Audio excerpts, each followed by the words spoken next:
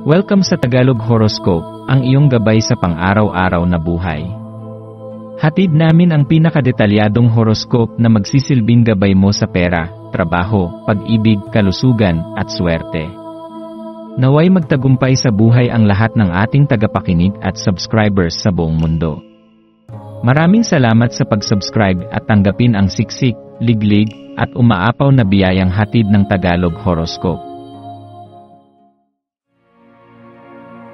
Ito ang iyong pang-araw-araw na horoscope para sa Aries, para sa Abril 24, 2025. Habang sumisikat ang araw sa ika-24 ng Abril, maaaring mapansin mong unti-unting lumulutang sa iyong isipan ang mga tanong tungkol sa kung paano ka naiwan sa alaala ng mga taong nakapaligid sa iyo.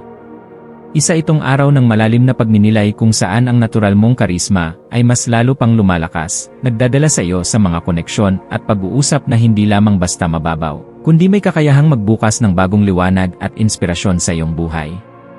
Sa araw na ito, tila may mahiwagang alon ng damdamin na gumagabay sa iyo na pag-isipan kung paanong ang pagiging naakit o nadadala ng emosyon ay maaaring bumuo ng mga hakbangin mo, kilos mo, at ang pagkatao mong tunay. Ang enerhiyang dala ng araw na ito ay parang isang masinsing ilaw na nagbubunyag ng mga saloobing matagal mo nang itinatago sa iyong sarili. Habang ang iyong puso ay hinihikayat na makipag-ugnayan ng mas malalim sa mga tao sa paligid mo, mahalaga ring balikan at tanungin ang iyong sarili, ano ang iniwan kong marka sa mundo at sa puso ng iba? Sa bawat salita mong binibitawan, sa bawat kilos na ipinapamalas, may impluensyang nagaganap.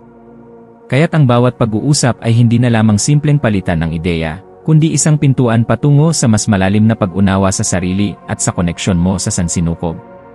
Ngayong araw ay isang magandang pagkakataon upang ihinto ang pagmamadali at yakapin ang katahimikan ng sandali. Sa gitna ng iyong abalang mundo, may paanyaya na makinig sa katahimikan, hindi upang iwasan ang ingay ng buhay, kundi upang mas maunawaan ang sarili mong tinig. Sa ganitong mga sandali, ang iyong isip ay tila binubuksan sa mga refleksyon tungkol sa kung sino ka talaga sa likod ng mga maskara ng responsibilidad, ambisyon, at papel na ginagampanan mo sa araw-araw.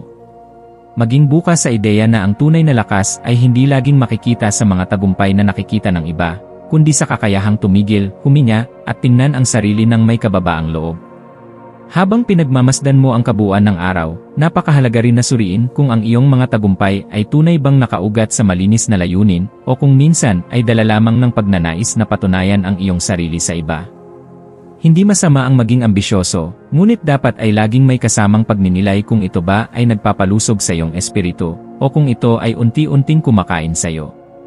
Ang paalala ngayon ay hindi upang pigilan kang mangarap ng mataas, kundi upang tiyakin na ang direksyon ng iyong mga hakbang ay patungo sa tunay mong layunin at hindi sa ilusyon ng tagumpay na walang saysay sa puso.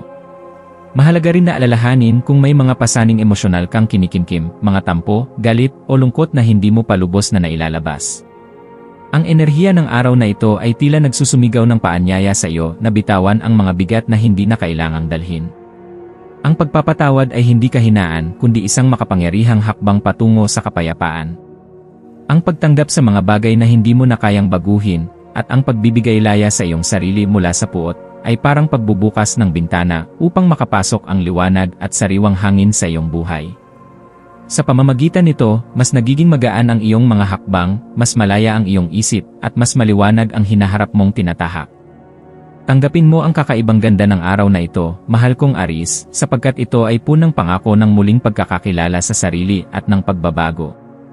Ang mundo sa paligid mo ay tila buhay na buhay, sumasabay sa bawat tibok ng iyong damdamin at tumutugon sa bawat sinserong hakbang na ginagawa mo. Ang bawat salita na iyong ibinubulong, bawat ngiting ipinapamalas, ay parang pintura sa malawak mong kanbas ng buhay. Kaya't huwag mong pigilan ang iyong sarili, hayaang umapaw ang iyong masiglang personalidad, at alalahanin na ang bawat pag-uusap na iyong sinisimulan ay maaaring maging susi sa pagbubukas ng panibagong kabanata ng iyong buhay na puno ng kahulugan. Sa mga aspeto ng buhay mo tulad ng relasyon, karera, at personal na pag-unlad, ang araw na ito ay nagbibigay liwanag sa kahalagahan ng integridad, sinseridad, at pagmamalasakit. Sa relasyon, huwag matakot na maging totoo, kahit mahirap, ang pagiging bukas at tapat ay siyang pundasyon ng matibay na koneksyon. Sa trabaho, ang pagkakaroon ng layunin at malinaw na adhikain ay higit na mahalaga kaysa sa dami ng nagawa. At sa sarili mong paglalakbay, hayaan mong gabayan ka ng puso mo patungo sa mga bagay na tunay na nagpapasaya sa iyo, kahit pa ito ay nasa labas ng iyong comfort zone. Ang iyong maswerteng kulay ngayong araw ay bughaw, simbolo ng kapayapaan, kalinawan ng isipan, at katahimikan ng damdamin. Ang maswerteng numero mo ay 3, 7, at 11, mga bilang na nagsasabi ng koneksyon, pagninilay, at panibagong simula.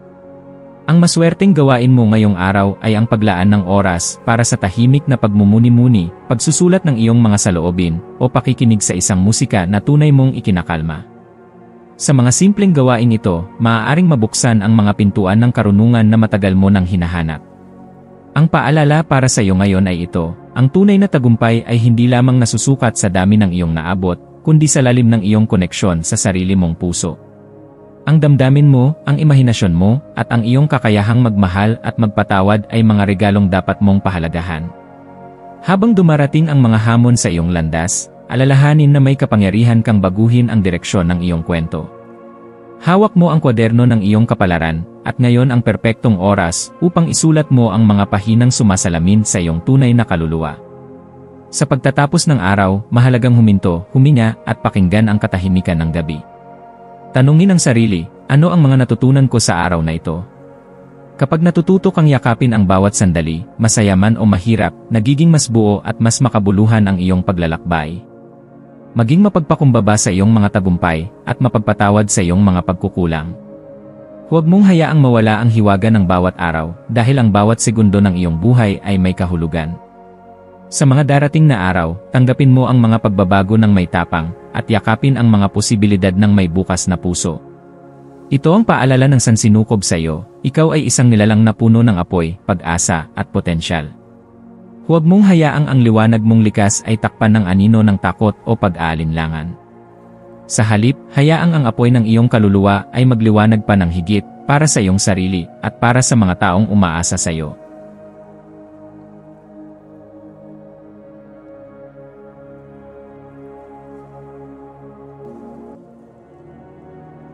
Tayo ay magkaroon ng kaunting sandali upang ipagdasal ang lahat ng mga dalangin ng ating mga subscribers, na sana'y matamo nila ang kanilang mga pinapangarap sa buhay, magandang trabaho, mabuting kalusugan, payapa at masayang pamumuhay, at siksik, liglig at umaapaw na biyaya at kayamanan. Ipinagdarasal namin ng mataimtim ang lahat ng mga komento sa nakaraang video, at hinihiling namin, Panginoon, na pagpalain mo ang ating mga subscribers ng masayang buhay sa mundong ibabaw.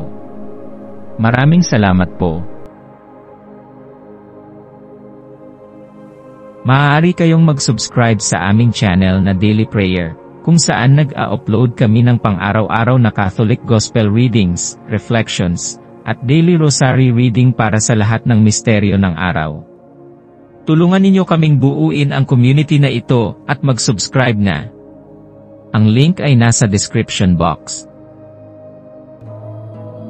Maraming salamat sa panonood ng iyong horoscope ngayon araw.